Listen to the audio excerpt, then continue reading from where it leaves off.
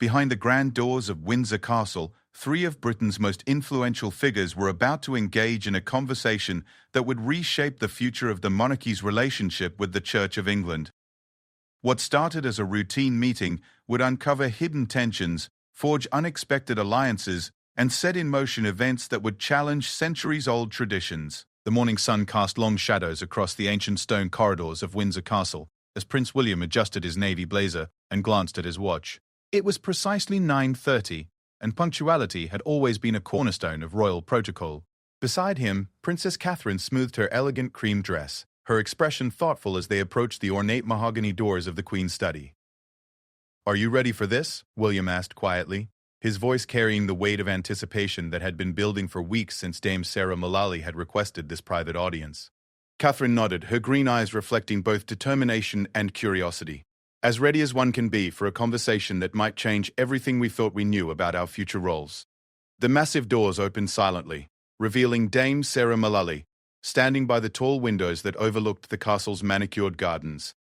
At 68, the former Bishop of London carried herself with the quiet authority that had made her one of the most respected voices in the Church of England. Her silver hair was pulled back in a neat chignon, and her dark blue suit spoke of both professionalism and approachability. "Your Royal Highnesses," Dame Sarah said with a warm smile, offering a respectful nod rather than a curtsy, a gesture that immediately set a tone of mutual respect rather than rigid formality. "Dame Sarah, thank you for making the journey," William replied, extending his hand in greeting. "Catherine and I have been looking forward to this conversation." The room itself seemed to hold its breath as the three settled into the comfortable armchairs arranged near the fireplace. The Queen's study had witnessed countless historic moments, and the weight of that history seemed to permeate the air around them. Dame Sarah opened her leather portfolio and placed it carefully on the small table beside her. "Before we begin, I want you both to know that what we discuss today comes from a place of deep respect for the Crown and genuine concern for the future of our institutions." Catherine leaned forward slightly, her journalist's instincts recognizing the careful way Dame Sarah was framing the conversation. "We appreciate your directness, Dame Sarah. We've always valued honest counsel. Then let me be frank," Dame Sarah continued, her voice taking on the measured tone that had made her sermon so compelling. "The Church of England finds itself at a crossroads. Our society is changing rapidly, and with it the expectations placed upon both the monarchy and the Church." William nodded, thoughtfully. "We've sensed this shift ourselves. The younger generation seems to view traditional institutions quite differently than their parents and grandparents." "Exactly," Dame Sarah agreed. "And this presents both challenges and opportunities. The question we must address is how the future King and Queen Consort will navigate these waters while maintaining the essential connection between Crown and Church that has defined our nation for centuries." The conversation that followed was unlike any the royal couple had experienced in their official capacity. Dame Sarah spoke with remarkable candor about declining church attendance, the growing secular nature of British society, and the increasing pressure on religious institutions to adapt to contemporary values. "The statistics are sobering," she explained, pulling out a folder of carefully prepared documents. "Church attendance has fallen by more than half in the past 2 decades. Young people in particular struggle to see the relevance of traditional religious practices in their daily lives." Catherine studied the charts and graphs Dame Sarah had brought. Her background in art history had taught her to analyze trends and patterns, and what she saw painted a clear picture of an institution in transition. "But surely there are positive developments as well?" Catherine asked. "We've seen remarkable work being done by churches in communities across the country. The food banks, the support for homeless individuals, the mental health initiatives." Dame Sarah's face brightened. "You're absolutely right, Your Royal Highness. This is precisely what gives me hope. When the Church focuses on service rather than ceremony, when it meets people where they are rather than where we think they should be, we see remarkable engagement." William had been listening intently, and now he spoke with the careful consideration that characterized his approach to complex issues. "You're suggesting that the future relationship between the Crown and the Church might need to emphasize action over tradition?" "I'm suggesting," Dame Sarah replied, "that tradition without relevance becomes mere pageantry, and pageantry, while beautiful, doesn't change lives or address the real challenges our people face." The weight of her words settled over the room. Both William and Catherine understood the implications of what she was saying. As future monarchs, their role as defender of the faith wouldn't simply be ceremonial, It would require active engagement with the spiritual and moral questions facing modern Britain. What would this look like practically?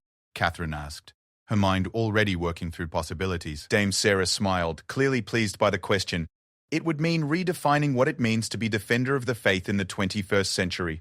Instead of simply preserving ancient traditions, it might mean becoming a voice for social justice, environmental stewardship, and community building.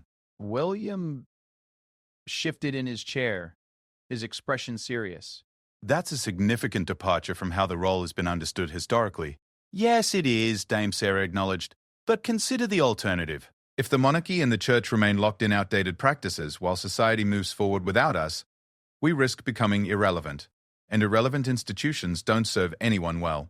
The conversation continued for another hour, touching on everything from the role of women in religious leadership to the church's stance on social issues that mattered deeply to younger generations. Dame Sarah spoke passionately about the need for institutional courage, the willingness to evolve while maintaining core values. I've seen what happens when institutions refuse to change, she said, her voice carrying the weight of personal experience. I've also seen the incredible impact that thoughtful, principled evolution can have. As the formal part of their meeting drew to a close, Dame Sarah made a request that surprised both William and Catherine. I'd like to invite you both to spend time in some of our most innovative parish communities, not formal royal visits, but genuine opportunities to see how faith is being lived out in contemporary Britain. Catherine's eyes lit up with interest. That sounds fascinating. We've always learned more from direct experience than from briefings and reports. William nodded in agreement, though his expression remained thoughtful. It would certainly provide valuable perspective as we prepare for our future roles. Dame Sarah gathered her papers and stood, her movements graceful despite her years. I believe the monarchy and the church have an opportunity to rediscover their relevance together, but it will require courage from all of us. As they walked toward the door, Catherine asked the question that had been forming in her mind throughout their conversation. Dame Sarah, what do you see as the biggest obstacle to the kind of evolution you're describing? Dame Sarah paused, considering her words carefully. Fear, she said finally.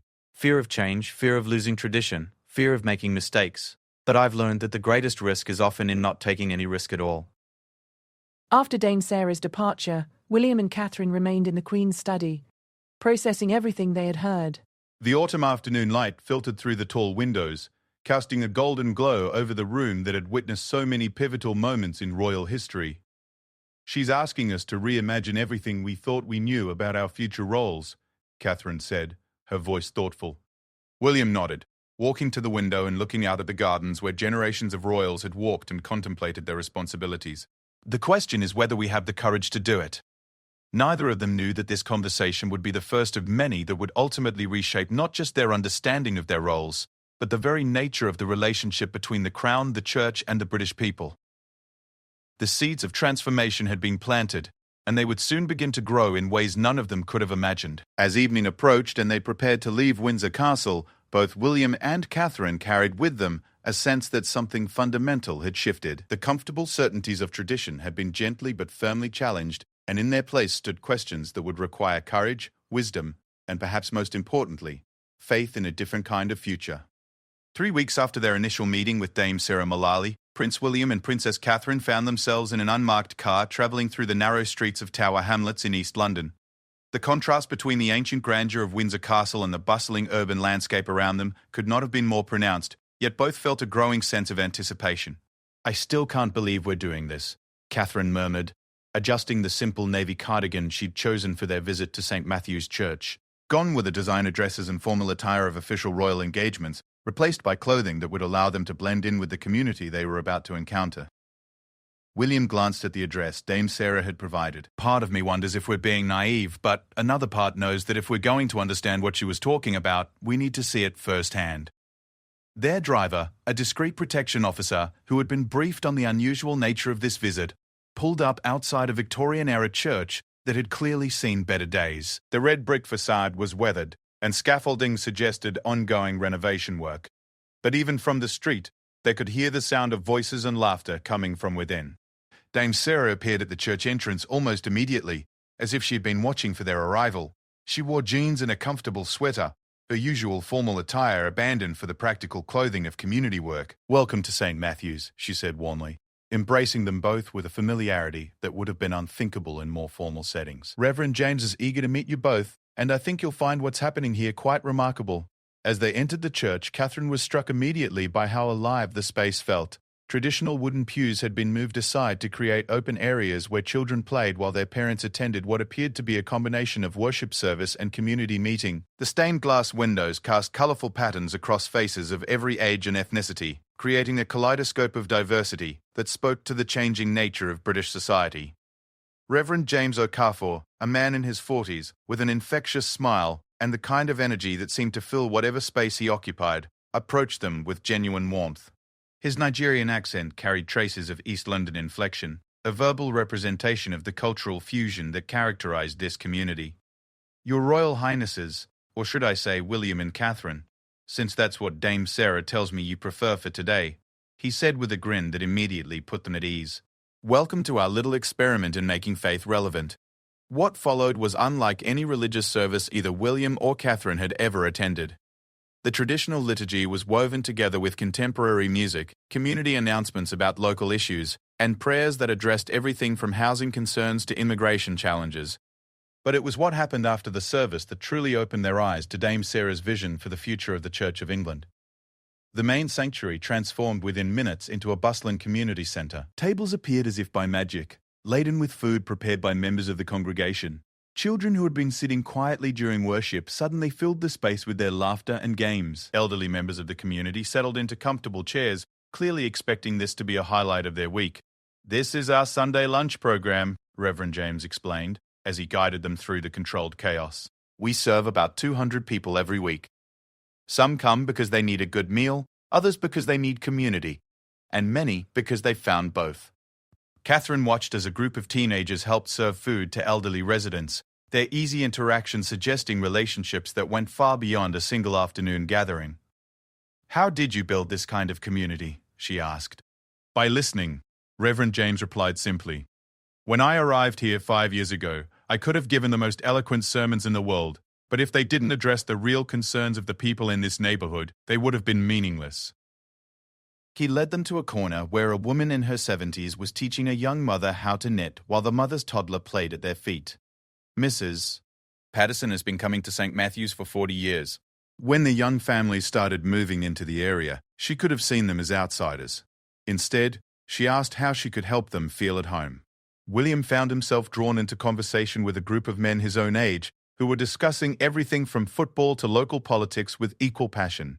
What struck him was how naturally the conversation flowed between secular concerns and matters of faith, as if the two were inseparable parts of their daily experience. "We don't separate Sunday faith from Monday reality here," one of the men, a teacher named David, explained. "Reverend James helped us understand that if our faith doesn't make us better neighbors, better citizens, better fathers and husbands, then what's the point?"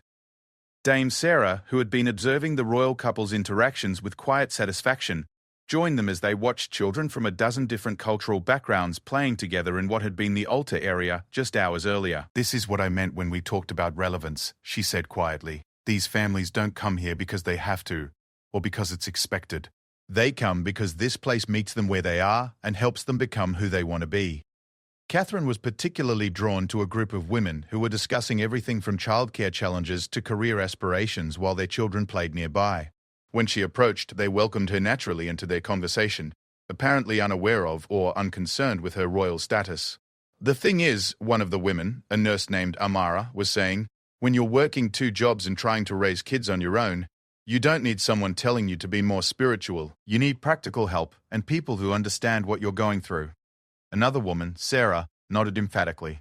"But what's beautiful about this place is that you get both. The practical help comes wrapped up in this sense that you matter, that your struggles matter, and that there's something bigger than just surviving day to day." As the afternoon progressed, William and Catherine found themselves increasingly involved in the life of the community. William helped a group of young men set up chairs for an evening program, while Catherine found herself reading stories to a circle of children who seemed delighted to have a new audience. "You're good with them," observed Mrs. Rodriguez, an elderly woman who served as the unofficial grandmother to many of the church's children. "You have children of your own?" Catherine smiled, thinking of George, Charlotte, and Louis back at home. 3 children. They would love this place. Bring them sometime, Mrs. J. Rodriguez said matter-of-factly. Children need to see that faith looks like all kinds of people living all kinds of lives. As the day wound down, Reverend James invited William, Catherine, and Dame Sarah to join him in his office, a small room that was part library, part counseling center, and part command center for community organizing. "I need to ask you both something," he said, his tone more serious than it had been all day. "Dame Sarah tells me you're thinking about how to make the monarchy more relevant to ordinary people's lives. Is that true?" William and Catherine exchanged glances. They had grown comfortable with the informal atmosphere of the day, but this was the first time someone had directly addressed their royal roles. "It's something we think about a lot," William answered honestly. "We want our future roles to matter, to make a real difference in people's lives." Reverend James leaned back in his chair, considering his words carefully. "Then you need to understand something. Relevance isn't something you can create from the outside. It's something you earn by showing up, by listening, by being willing to have your assumptions challenged." Catherine nodded thoughtfully. "What we saw today, the way this community is formed around the church, it's not what we expected. That's because most people's expectations of church, and probably of monarchy too, are based on institutions that were designed for a different world," Reverend James replied. "The question is whether you're willing to help create something new." Dame Sarah, who had been quietly observing this exchange, spoke up. "What James has done here is exactly what I believe the future relationship between Crown and Church could look like. Not the preservation of tradition for its own sake, but the adaptation of eternal values to contemporary needs." As they prepared to leave St. Crea, Matthews, the royal couple, was surrounded by members of the congregation who wanted to share their appreciation for the day's visit. But what struck both of them was how natural these interactions felt, how far removed they were from the formal protocols of official royal engagements. "You'll come back?" asked little Maya, a 7-year-old who had spent much of the afternoon teaching Catherine a clapping game. "Promise?" Catherine knelt down to Maya's eye level. "I promise we'll try," she said, meaning every word. In the car ride back to Kensington Palace, William and Catherine rode in contemplative silence for several miles. Finally, Catherine spoke first. "Everything I thought I knew about what our future roles would look like has been completely upended," she said. William nodded slowly. "The question Dame Sarah asked us 3 weeks ago about having the courage to change, I think I'm beginning to understand what she meant. It's not about abandoning tradition," Catherine continued, working through her thoughts aloud. "It's about understanding what traditions are meant to serve and making sure they actually do serve those purposes." The people we met today, William reflected, they're dealing with real challenges: housing, employment, education, healthcare. If our roles as future monarchs don't connect with those realities, then what are we really for? As their car turned through the gates of Kensington Palace, both knew that their day at St. Matthew's had changed something fundamental in their understanding of their future responsibilities. The comfortable distance between royal duty and ordinary life had been bridged, and there was no going back. That evening, as they tucked their own children into bed, both William and Catherine found themselves thinking about the children they had met at St. Matthew's. George asked about their day, and Catherine found herself describing the church community in terms that surprised even her. "It sounds like a place where everyone takes care of everyone else," George observed with the clarity that children often bring to complex situations. "That's exactly what it was," Catherine replied, realizing that her 8-year-old son had captured something that she was still trying to fully understand. Later, as William and Catherine sat together reviewing the day's experiences, they began to discuss what their visit might mean for their future roles. The conversation continued late into the night, touching on questions they had never before considered about duty, service, and the true meaning of leadership in a rapidly changing world. 6 months had passed since Prince William and Princess Catherine's transformative visit to St. Particular, Matthew's Church, and the ripple effects of that experience continued to shape their thinking about their future roles. On a crisp February morning, they found themselves once again in Dame Sarah Mullally's presence, but this time the setting was dramatically different. The conference room at Church House in Westminster buzzed with quiet energy as representatives from across the Church of England gathered for what had been billed as a strategic planning session. But William and Catherine knew this was something much more significant. This was the moment when abstract conversations about change would begin to take concrete form. Dame Sarah stood at the head of the polished oak table, her expression serious but hopeful as she welcomed the assembled group. Around the table sat bishops, parish priests, lay leaders, and community organizers from across England, each bringing their own perspective on the challenges and opportunities facing the church. Before we begin, Dame Sarah announced, "I want to acknowledge the presence of their Royal Highnesses, Prince William and Princess Catherine, who have been invaluable partners in our discussions about the future relationship between the Crown and the Church." William nodded to the group, his demeanor more relaxed than it would have been in formal royal settings. "We're honored to be here, and we're eager to learn from all of you about how we can better serve the communities we'll one day be called to lead." What followed was 3 hours of intense discussion that challenged every assumption about how religious and royal institutions should operate in modern Britain. The conversation ranged from practical matters, funding community programs, addressing social inequalities, to philosophical questions about the role of faith in public life. Bishop Margaret Fielding from Manchester spoke passionately about her diocese's work with refugee communities. "We're seeing families arrive with nothing but hope," she said, her voice carrying the weight of personal experience. "If the Church's response is to offer them a place to worship on Sunday morning but no practical help the rest of the week, then we've fundamentally misunderstood our calling." Catherine leaned forward, genuinely engaged. "What kind of practical help are we talking about?" "Language classes, job training, help navigating the housing system, childcare so parents can attend interviews," Bishop Fielding replied.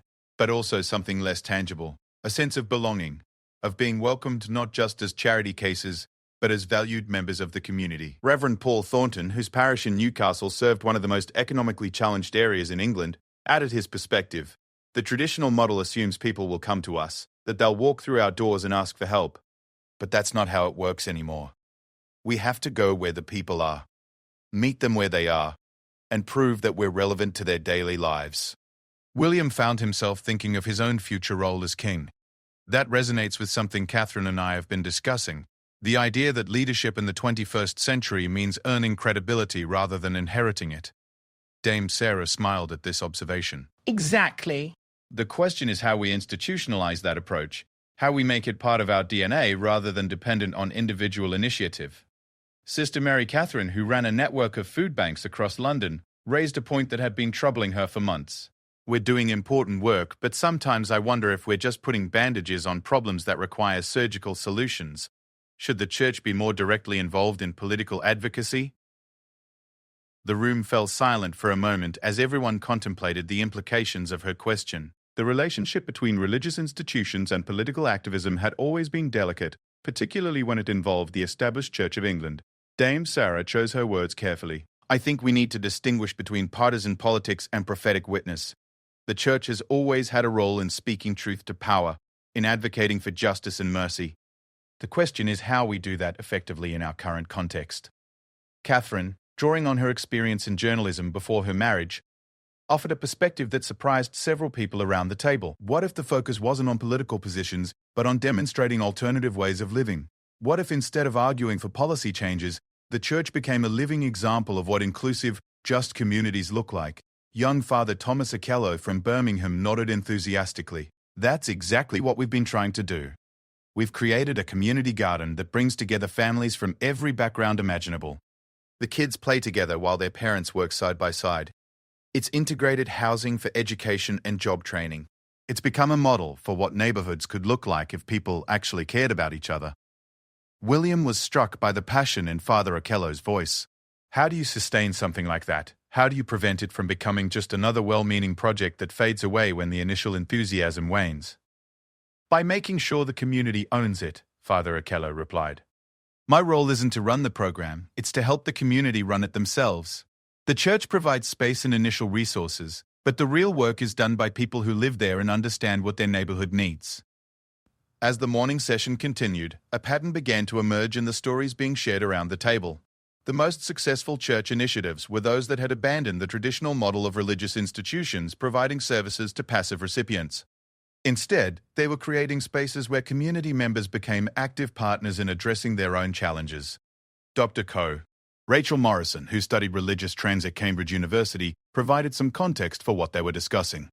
"What you're describing aligns with broader social trends. Young adults, in particular, are drawn to authenticity and agency. They want to be part of creating solutions, not just receiving help." Dame Sarah looked around the table, sensing that they were approaching a crucial moment in their discussion. So the question becomes, how do we scale this approach? How do we move from isolated success stories to systematic transformation? Catherine had been taking notes throughout the morning, and now she looked up with a thoughtful expression. What if we started with a pilot program? What if we identified a dozen communities across England and worked with them to develop this new model of church-community partnership? With royal patronage and support, William added, understanding immediately where his wife's thinking was heading. Not ceremonial support, but genuine partnership. This was no longer an academic discussion about institutional change. It was the beginning of a concrete plan for action. Bishop Fielding leaned back in her chair, a smile spreading across her face. Are you saying you'd be willing to work with us as partners rather than just patron figures? William and Catherine exchanged glances, both recognizing that they were at a pivotal moment. That's exactly what we're saying, William replied, but we'd need to be clear about what that means. We're not experts in community development or social services. We'd be learning alongside everyone else. That's precisely why it would work, interjected Reverend Sarah Okonkwo from Leeds. If the future king and queen consort are willing to learn and grow alongside ordinary people, imagine the message that sends about the nature of leadership and service. Dame Sarah stood up, moving to a whiteboard that had been prepared for their strategic planning session. Let me capture what I'm hearing, she said, beginning to write. We're talking about creating a new model that combines royal patronage, church resources, and community ownership to address real social challenges. As she wrote, the scope of what they were proposing became clear. This wasn't simply about reforming the Church of England or modernizing the monarchy. It was about reimagining how institutions of authority and service could work together in contemporary Britain. Father Michael O'Brien from Liverpool raised a practical concern. This sounds wonderful, but how do we address the inevitable criticism? There will be people who say the monarchy is overstepping its bounds, and others who say the Church is abandoning its spiritual mission. Catherine nodded, acknowledging the validity of his concern. We've thought about that. But sometimes doing what's right requires accepting that not everyone will understand or approve. The question is whether we're going to be guided by fear of criticism or by commitment to service. As the afternoon session began, the group turned to practical planning. They identified potential partner communities, discussed funding mechanisms, and began outlining what success would look like. But underlying all these details was a growing recognition that they were proposing something unprecedented in British institutional life. I keep thinking about something Reverend James said when we visited St. Matthew's, William shared with the group. He said that relevance isn't something you can create from the outside. It's something you earn by showing up. I think that's what we're talking about here. The monarchy and the church, learning how to show up differently. Dame Sarah looked around the table at faces that reflected excitement, determination, and perhaps a touch of apprehension. Are we ready to commit to this? Because once we start down this path, there's no going back to the way things were. One by one, each person around the table voiced their commitment to the pilot program. When it came time for William and Catherine to speak, they did so with the gravity of people who understood they were changing the trajectory of their own lives as much as their institutions. We're committed, Catherine said simply, not just to this program, but to the kind of leadership it represents. William added, we believe this is what service looks like in the 21st century. Not standing above people and offering help, but standing alongside them and working together toward common goals. As the meeting concluded, Dame Sarah felt a deep sense of satisfaction mixed with the weight of responsibility. They had moved from conversation to commitment, from theory to practice. In 6 months, they would launch the first phase of what they were calling the Community Partnership Initiative in 6 carefully selected communities across England. But beyond the specific program, something more fundamental had shifted. The relationship between the Crown, the Church, and the British people was being redefined, and it was happening not through grand proclamations or legislative changes, but through the simple revolutionary act of showing up differently. As William and Catherine drove home that evening, they reflected on how far they had travelled since that first meeting with Dame Sarah nearly a year earlier. What had begun as a conversation about institutional challenges had become a commitment to personal transformation and public service. Are you nervous? Catherine asked as they approached Kensington Palace. William considered the question seriously. Terrified, he admitted, but also more excited about our future roles than I've ever been. For the first time, I feel like we're not just inheriting positions, but creating something meaningful. That night, as they shared their day's experiences with their children, George asked a question that would stay with them both. Will this help people be happier? Catherine smiled at her son's directness. We hope so, George. We really hope so. 6 months later, when the first Community Partnership Initiative sites were launched, Those words would prove prophetic. But for now, they represented simply the hope of three people: a future king, a future queen, and a determined archbishop, that institutions could change, that service could be reimagined, and that the future could be different from the past. The conversation that had begun in the formal setting of Windsor Castle had led them to community churches, conference rooms, and ultimately to a new understanding of what leadership could mean in modern Britain. And this was only the beginning.